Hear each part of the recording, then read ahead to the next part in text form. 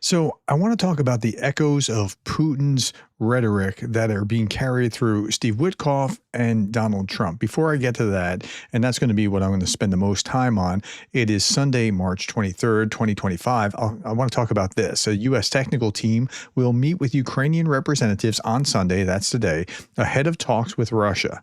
Trump claims that he didn't discuss a ceasefire deadline with Putin. Okay, two parts there. So first, this is technical. This isn't high level. This is just to work things out, both with the Ukrainians, and then the next step is to try to work things out with the Russians, but it's on a lower level than the Secretary of State or with the president or something along those lines. But the second part here, Trump claims he didn't discuss a ceasefire deadline with Putin. He might not have directly on the phone, but they have floated this date. The White House has set a deadline for a Ukraine-Russia ceasefire deal by April 20th, according to Bloomberg. I'm not necessarily of the mind that they're going to actually conclude something by then. They might. I don't know how long it would last, but April 20th is what they're shooting for. Why April 20th? January 20th to February 20th, March, April, 3 months, 90 days. That's what they're trying to. So it's an artificial deadline that means really nothing. Now, the date that I'm looking at is something that I got from Constantine. When I did this video with Constantine a couple weeks ago, it was, I guess, 2 weeks ago, he was talking about two things. One, there was a law that was being phased out that protected workers in factories from being drafted, and that is kind of rolling off. It's sunsetting.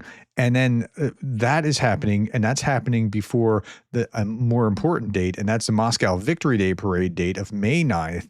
And he seems to think, Constantine was saying that, look for May 9th to see what Putin does, whether he's going to call for more mobilization or that sort of thing during the Victory Day parade or shortly thereafter the Victory Day parade, which might look something like this, given what has been happening on the front lines. There's not a lot of tanks to spare or that sort of thing. Okay, so at any rate, that's just something to look forward to. Okay, RT was, I highlighted this yesterday with Witkoff on Tucker Carlson. Tucker Carlson just is, for Russia, the gift that keeps on giving. He's interviewing Witkoff, who is supposed to be our negotiator from the U.S. on behalf of Trump. And he was talking about how Putin was praying for Trump and what a kind gesture that was, and that they really have this beautiful relationship, and he created this beautiful portrait of Trump and sent that to him. Okay, so I talked about that yesterday and what how the charm offensive that Putin has toward Trump. Okay, well, Witkoff was also doing a number of other things. He dismissed Starmer's Ukraine ceasefire support plan. The envoy claimed that Starmer's plan is simplistic. He praised Putin as super smart and not a bad guy. Not a bad guy, really. We're talking about Putin. I'll come back to that in just a moment. And repeated Russian propaganda on Ukraine. Here you're going to see him actually talk. This is saying really instructive how Witkoff is 100% certain that Putin is not interested in the rest of Ukraine, let alone Europe, which is obviously not what Putin himself is saying. Listen to this. Would take stock markets down all over the world. Well, they haven't been used in 80 years. They've been used exactly twice in human history. You can't allow it to happen. It's not a precedent you want at all.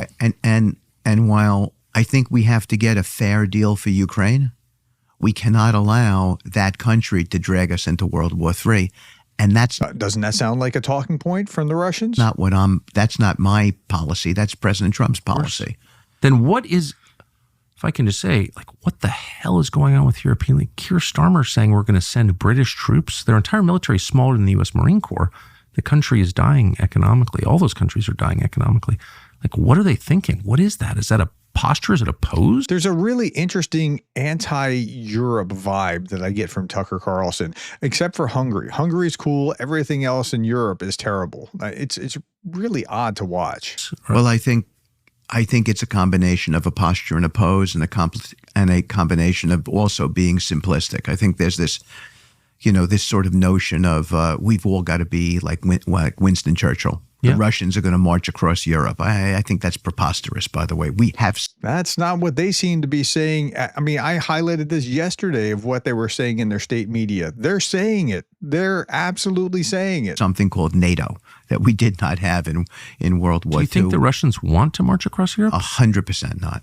I think Okay, 100% not, but that's not what they are saying. So I feel like, why would they want that? I wouldn't want those countries. Like, why would they? First of all, why would they want to absorb Ukraine? For what purpose? Exactly. They don't need to absorb Ukraine. That would be like occupying Gaza. Why do the Israelis really that's not it at all. Absorbing Ukraine gives them tremendous strength. want to occupy Gaza for the rest of their lives? They don't. They want stability there. They don't want to deal with that.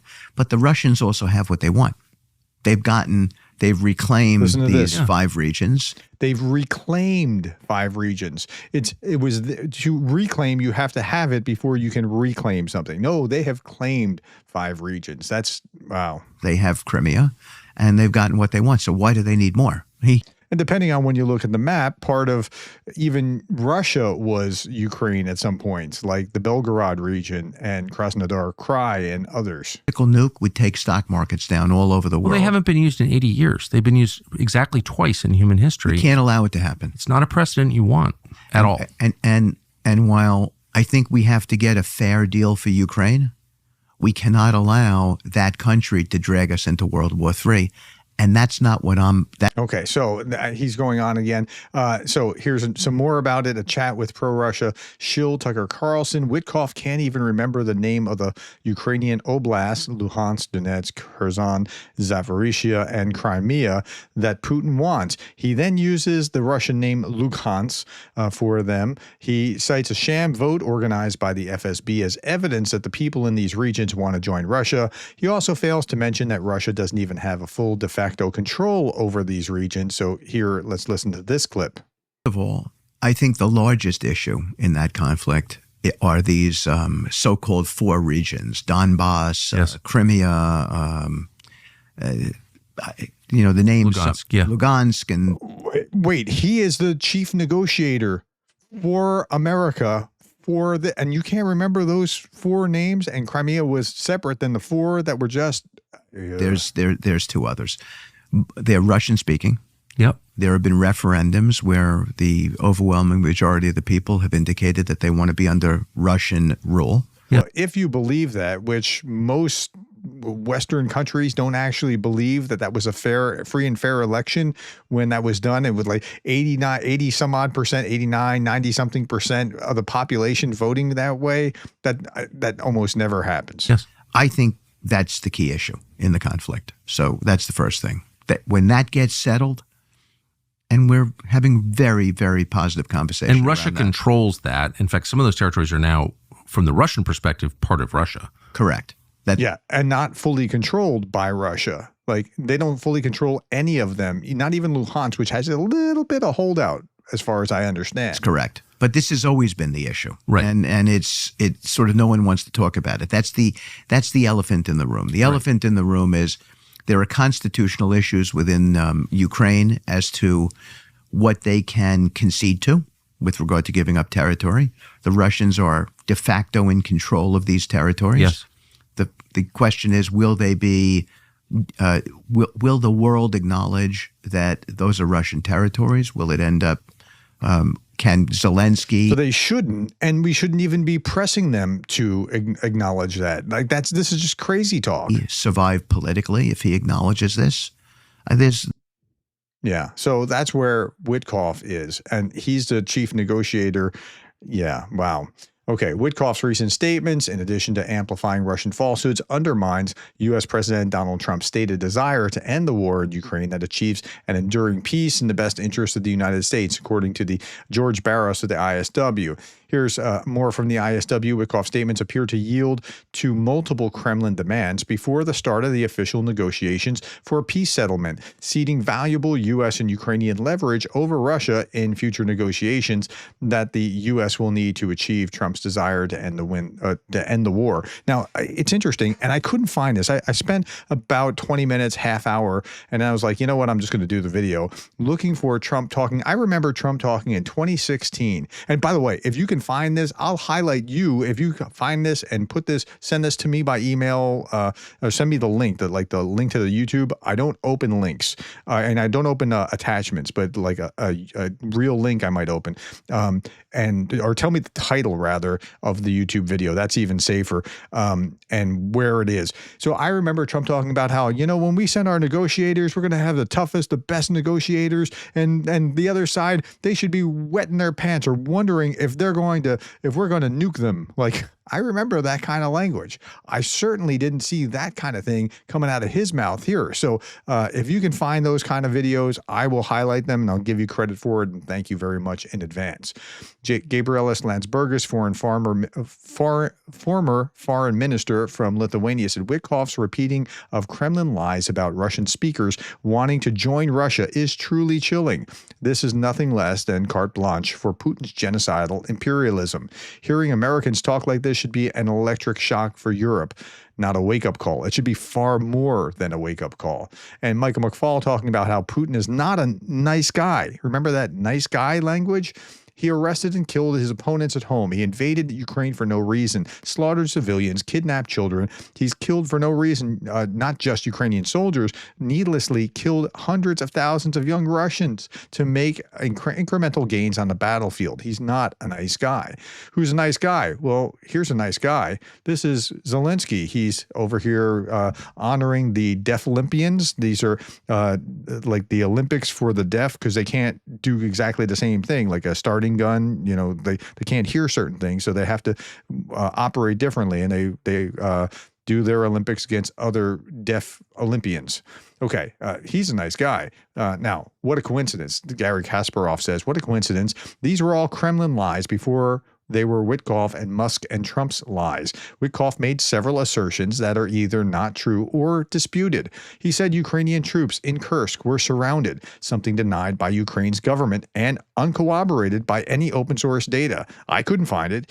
He said the 4 partially occupied regions of Ukraine had held referendums where the overwhelming majority of the people had indicated that they wanted to be under Russian rule. There were referendums only in some of the occupied parts of Ukraine at different times, and the methodology and the results were widely discredited and disputed. He said 4 partially occupied oblasts were Russian-speaking. There are many Russian-speaking parts of Ukraine, but this has never indicated support for Russia. And the support for Russia right now has gone through the basement. I mean, it's incredible. Now, it's not just Witkoff. This is the next big story. It's also Trump. Listen to this. This is disheartening. What does Trump sound like? Zelensky shouldn't have allowed this war to happen. He's no angel. He shouldn't have allowed this war to happen. Zelensky had a desire to fight Russia. Zelensky decided that I want to fight. Zelensky is gambling with World War III. You're gambling with World War III. Zelensky's poll ratings are low. His poll numbers aren't particularly great. So, Ukraine has to have elections if it wants to sit at the negotiating table. When they want a seat at the table, you could say the people have to... Wouldn't the people of Ukraine have to say, like, it's been a long time since we've had an election? Zelensky is disrespectful because he is used to talking to the Biden idiot. What you're doing is very disrespectful. That wasn't with me. That was with a guy named Biden, who is not a smart person. There is great probability that Ukraine will become Russia. They may be Russian someday. Americans have adopted our point of view. What has been said in this studio for a long time is now being said by the American administration. It's such a pleasure to watch. We rejoice whenever this happens in the enemy camp. Okay, that's very frustrating to my mind. I don't know about you, but now saying something that the other side says here or there is not necessarily, but the preponderance of evidence mounting of repeating, and not just repeating with Trump, repeating with Witkoff, repeating with others, is just, it's very frustrating to watch. Okay, here's some more rumors. Che Baus, he's associated with RT.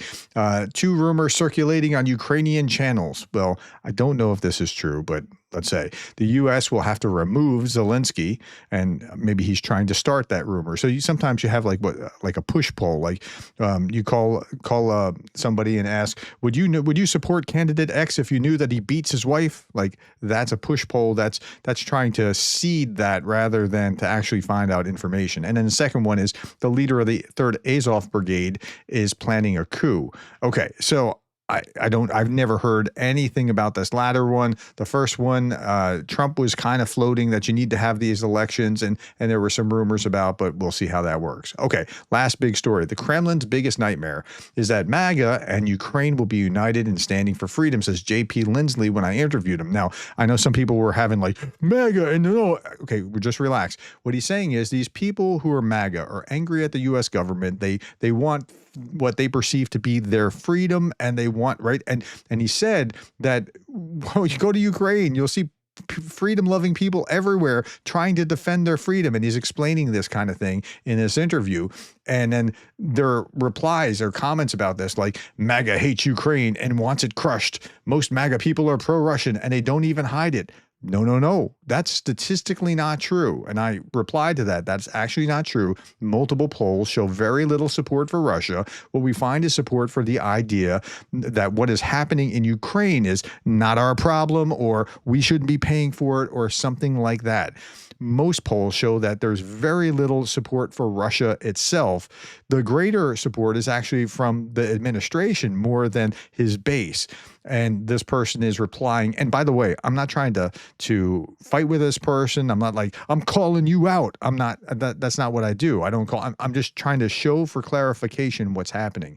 Okay. This person continues and says, this omits the fact that many within the MAGA movement harbor a romantic view of Russia, believing it's socially conservative ethno-state, heroically standing in opposition to the liberal order. You might be right about that point. Like there are people who have this warped view of what Russia is, but it's not true that MAGA hates Ukraine and wants it crushed. More than anything else, MAGA doesn't want it to be our problem. And this is echoed here with Vlad Vexler talking about this just today. Listen to this. MAGA is not necessarily pro-Putin. Trump is more pro-Putin on average than MAGA. MAGA is post-truth in many respects. And that allows us to be pro-Putin and not pro-Putin at the same time. But it's interesting that there is this gap between Trump and MAGA. And so a question arises, is Witkoff in part speaking like this to send a signal to the MAGA sphere that, guys, have got to start thinking about Putin more positively? And I think there might be something to that. I just don't know. And he's going to go on and talk about this, but it's not, but it's very weak within MAGA. Now, the reason that you think that it's strong within MAGA is because you hear someone like a Marjorie Taylor Greene or something like that say something, and she is speaking to that crowd.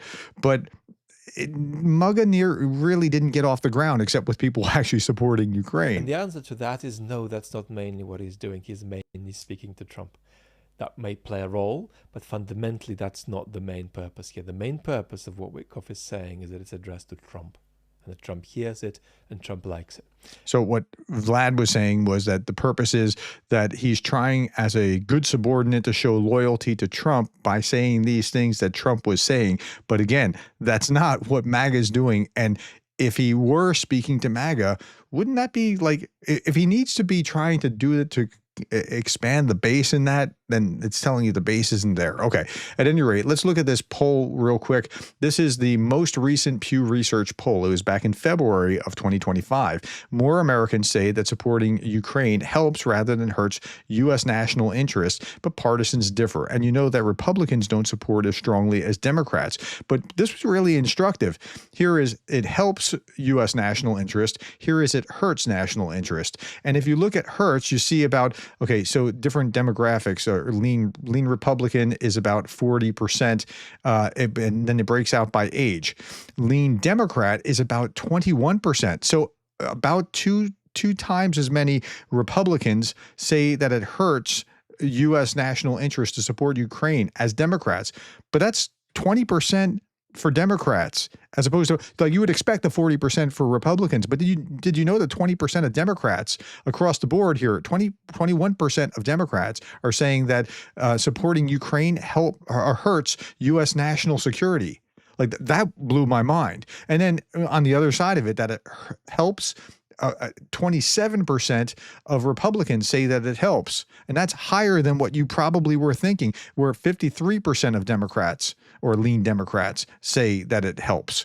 So it's a about 2-1 on either side, but this is much lower than I expected from the Democrats, and this is much higher than I expected from the Republicans over here. Like it's much, yeah. So it's really interesting to see how that played out. Okay, Darth Putin, Dictatorship 101. It's not compulsive liars, but compulsive believers that are important. That's right. That's right.